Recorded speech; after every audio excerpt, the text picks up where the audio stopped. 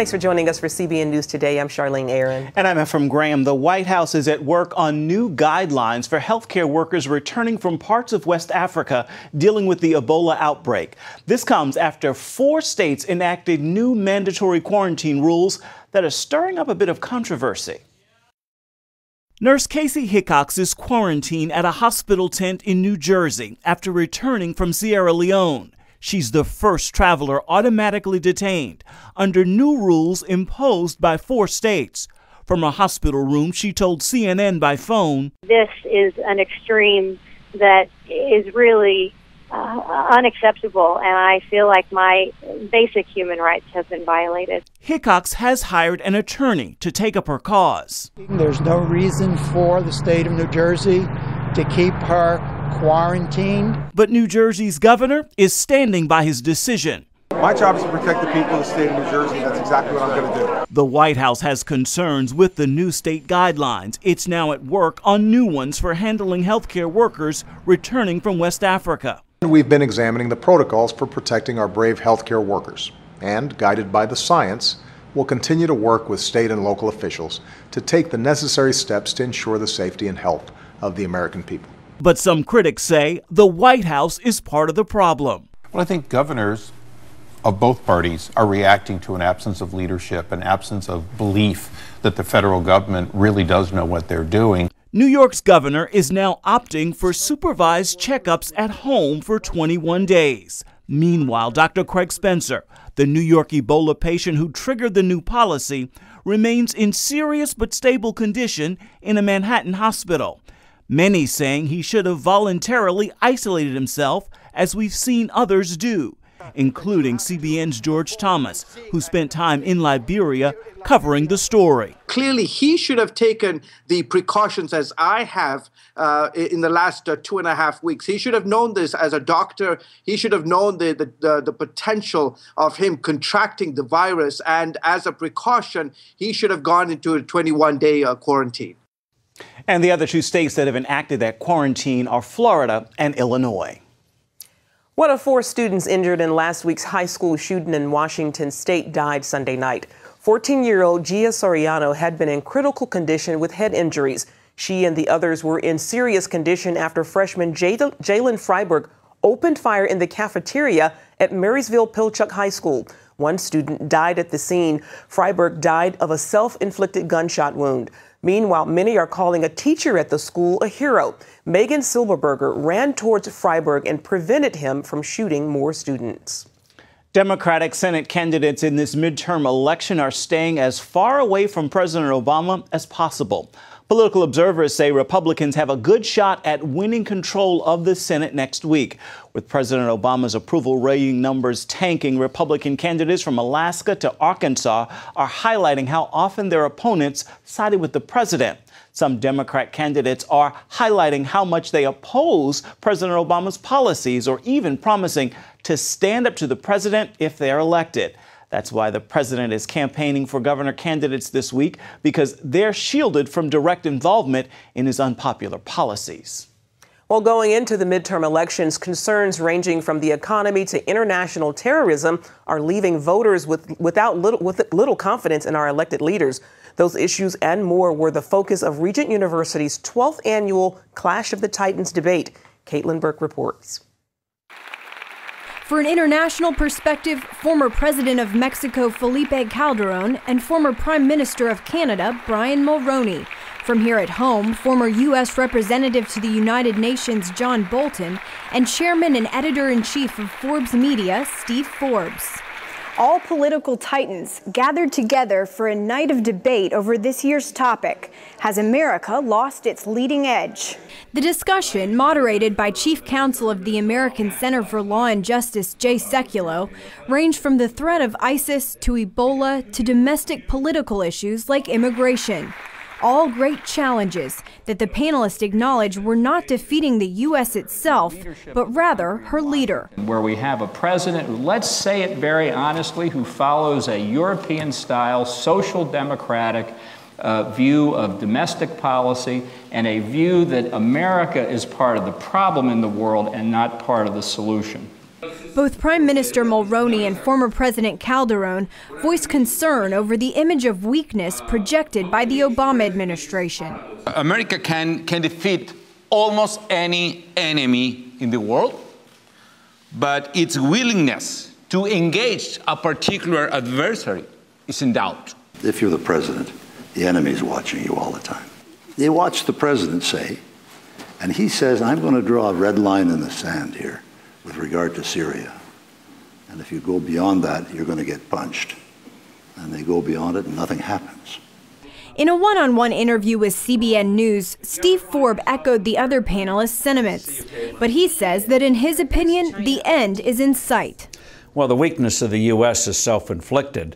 And I'm hopeful after the elections next month and also in 2016, we'll have a revival in this country as we had in the 1980s. The panelists unanimously agreed that it's America's leaders that have lost the edge. America itself is and will remain the greatest country in the world. There's never been a case in recorded history that involved the United States of America when confronted with the great challenge. It hasn't had the capacity to rise, meet it, conquer it, celebrate the victory, and move on to the next opportunity. Caitlin Burke, CBN News.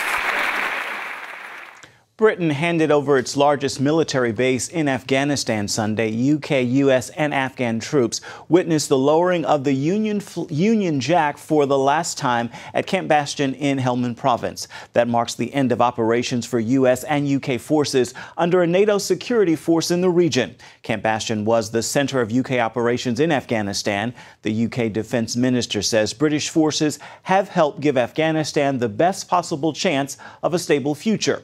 The senior UK officer in Helmand says the Afghan troops are ready to provide security. Canadian authorities confirmed the Islamic gunman who attacked Parliament and killed a soldier last week was motivated by his ideology. Michael Zahaf Bibo made a video of himself just before his rampage. That's a common practice for Islamic terrorists. Canadian media report that he praised Allah in the video and complained about Canada's foreign policy. His terrorist attack came 2 days after an attack by an Islamic State-inspired terrorist inside Canada. The bloodshed raised fears that lone wolf terrorists are responding to calls by ISIS to attack Western countries that are targeting them in Iraq and Syria. The number of Islamic extremists is growing rapidly in Germany. The country's domestic intelligence agency estimates some 6,300 people are members of a fundamentalist strain of Islam known as Salafism. And that number could rise to 7,000 by the end of the year. That's compared to about 3,800 3 years ago. Authorities estimate some 450 Salafis have already traveled from Germany to join extremist groups fighting in Syria and in Iraq. Hopes of rescuing those 200 kidnapped Christian schoolgirls in Nigeria are dwindling. 6 months after their abduction, negotiations for their release and a brokered ceasefire have now collapsed. Gary Lane has more. The Nigerian government recently raised hopes that a negotiated ceasefire with Boko Haram would lead to the release of the 219 kidnapped girls. Family members and advocates were optimistic. And we're still watching. We're extremely anxious. But the ceasefire fell apart, and fighting with the Islamic terrorist group continues. Many people now believe all the girls may never be recovered. Do you think they have the girls from Chibok, or have they sold them into slavery? We're not sure that Boko Haram is even capable of retrieving the girls that they are promising to release to the government at the moment. So there's a mixture. I believe they married some off to their own warlords and have scattered some of them far across the region. Nigeria analyst Peyi Soyinka Arawele confirms that some of the kidnapped girls have actually been used in suicide bomb attacks. And she says if some girls are freed, they may not be the girls who were kidnapped last April in Chibok. They have continued abducting more women over the past few days since the ceasefire was announced. And it is believed by some observers in the villages that the Boko Haram only intend to release the new victims that they have recently abducted and not the girls from Chibok. 276 schoolgirls, many of them Christians, were kidnapped at their boarding school. 57 eventually escaped from captivity. An international outcry ensued over the kidnappings. Demonstrations like this one, called #BringBackOurGirls, went viral on the internet and worldwide. President Obama was even moved to take action. He sent a team of security advisors to Nigeria to help the rescue effort.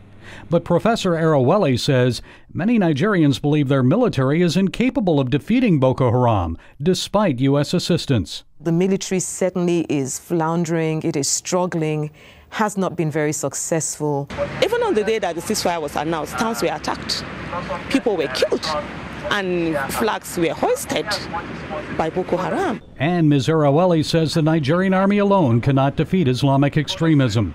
She suggests before change can take place, progressives and Muslims must admit religion plays a role in the violence. Those who are Muslims today might have to do some critical self-assessment of the reality of how the faith is being utilized to wage war against their fellow citizens. And after waiting for a half year, the families of the girls now grow impatient, hoping and praying for a breakthrough that will finally bring back their girls. Gary Lane, CBN News. An Ohio man held prisoner in North Korea is finally free and is able to worship God freely again. Sunday, Jeffrey Fowl went to his church in Lebanon, Ohio. Fowl was arrested nearly 6 months ago for leaving a Bible in a nightclub. Fowl returned home Wednesday. He says it's good to be home. An Oklahoma man is behind bars for a crime he says the devil made him do. Secret Service agents say he knocked over the 10 Commandments monument near the state Capitol building last week. Officials say the suspect drove his car into the monument, smashing it to pieces. He also allegedly admitted that he urinated on the monument before running it over. Officials have not released the man's identity. Coming up, meet the surprising new ally who's calling on the Jewish community to stand up for persecuted Christians.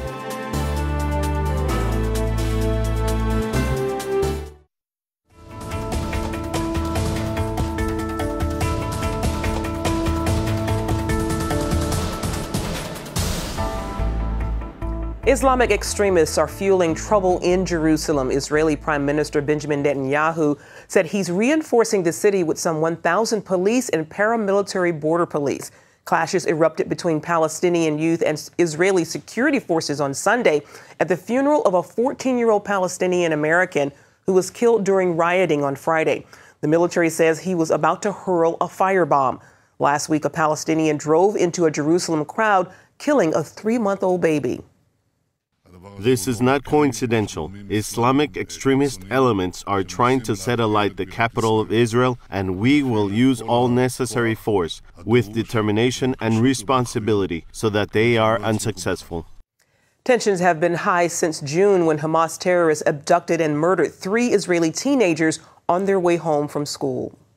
With Christians facing severe attacks from ISIS and other Muslims in the Middle East, Jews are now joining forces with Christians to fight the growing persecution of believers in Islamic countries. Chris Mitchell has that story.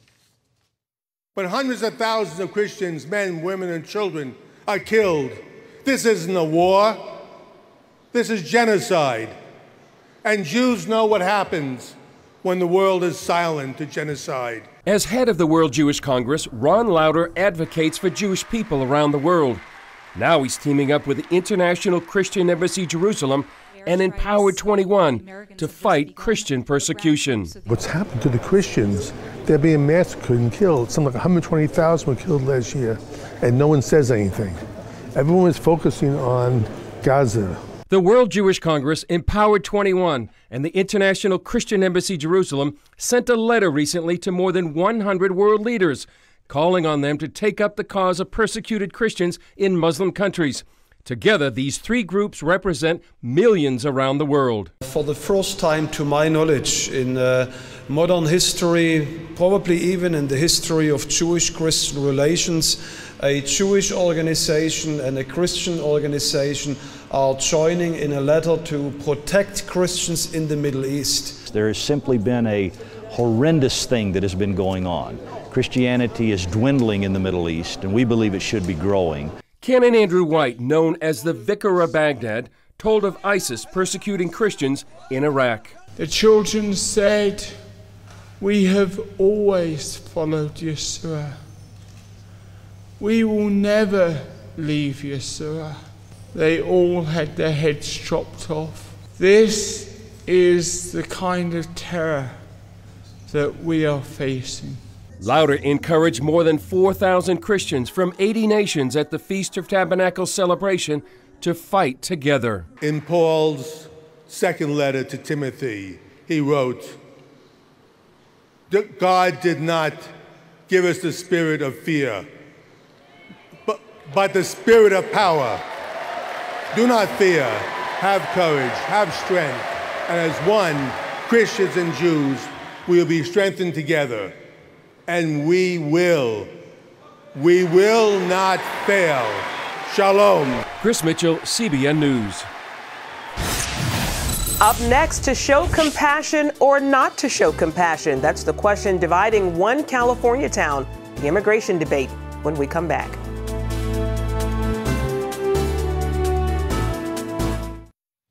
Obamacare's new easy application is not immigrant-friendly. The shorter online application form can't be used by legal immigrants or naturalized U.S. citizens, raising concerns many Hispanics and Asians in the country legally are being left out of Obamacare. The Obama administration says immigrants are not being overlooked, but officials say what they can do is limited by the law's requirements. Immigrants and naturalized citizens are a category the administration calls complex cases. Well, illegal immigration is one of the most difficult issues for politicians in Washington. It's also a difficult problem for the church. David Brody traveled to the border of the United States and Mexico for an inside look on this hotly debated issue.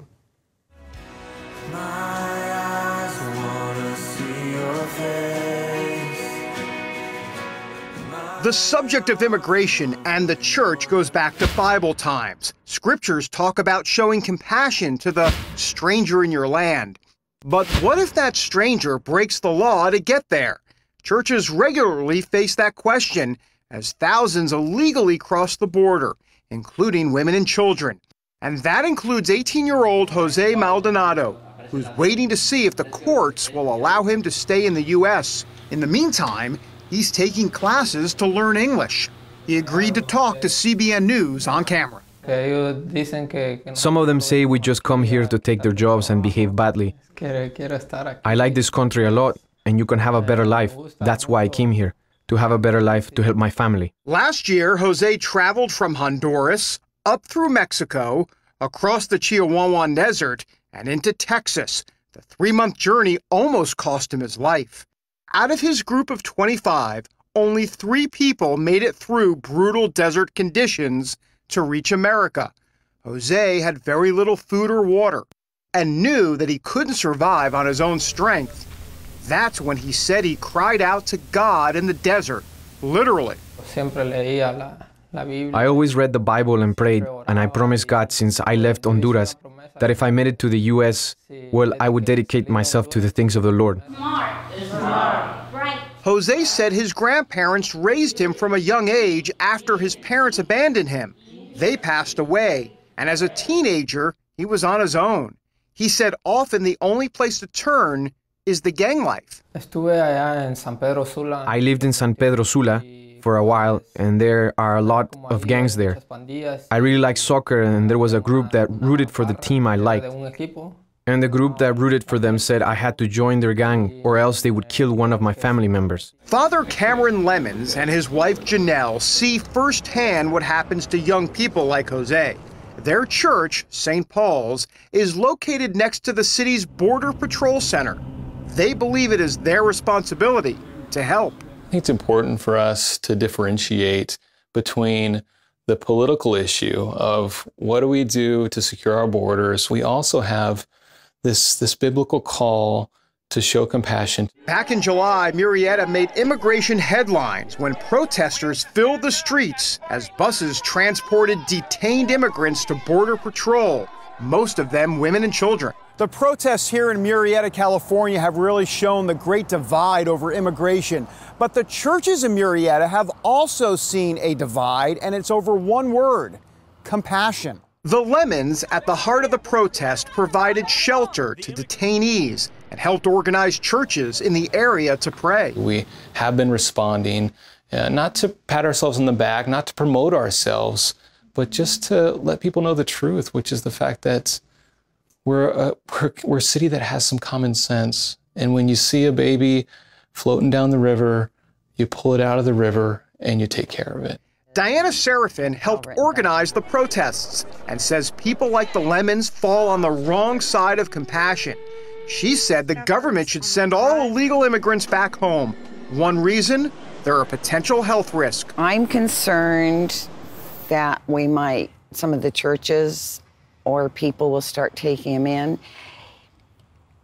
Our government should have, before they shipped them, bussed them, threw them on a plane, gave them medical treatment. There's too many with diseases. Seraphin also said if churches want to show compassion, they should start with their own country. Okay, we're $17 trillion in debt. I'm barely surviving myself, and we're gonna pay them to stay here and take care of them, food and welfare. Our nation can't afford it. So where does compassion leave immigrants like Jose as he waits for his upcoming court date? The church may not have a clear-cut answer. I think God has something for me because I put myself in his hands. And maybe putting it in God's hands is one thing the church can agree on. David Brody, CBN News, in Murrieta, California. And finally today, Operation Blessing continues helping victims of Ebola in Liberia. 15-year-old Ernest recently lost both of his parents to Ebola. Ernest and his sister are now quarantined with their grandparents and cousins in their home. Operation Blessing teams provided more than 2 months' worth of food for Ernest's family, lasting them long after their quarantine is lifted. Teams also distributed a chlorine mixture, providing families with hand-washing stations and hospitals with desperately needed disinfectant. And you can find out more about Operation Blessing by going to ob.org. And we're still continuing to pray about that situation. Oh, yes, indeed. So sad. Yes, indeed. Well, that's going to do it for now on CBN News Today. You can find more of our exclusive coverage of the issues you care most about at cbnnews.com. Take the time to tell us what you think about the stories you've seen here today. You can do it on Facebook or at CBN News on Twitter. Hope you join us again right here next time. Make it a marvelous Monday, everybody.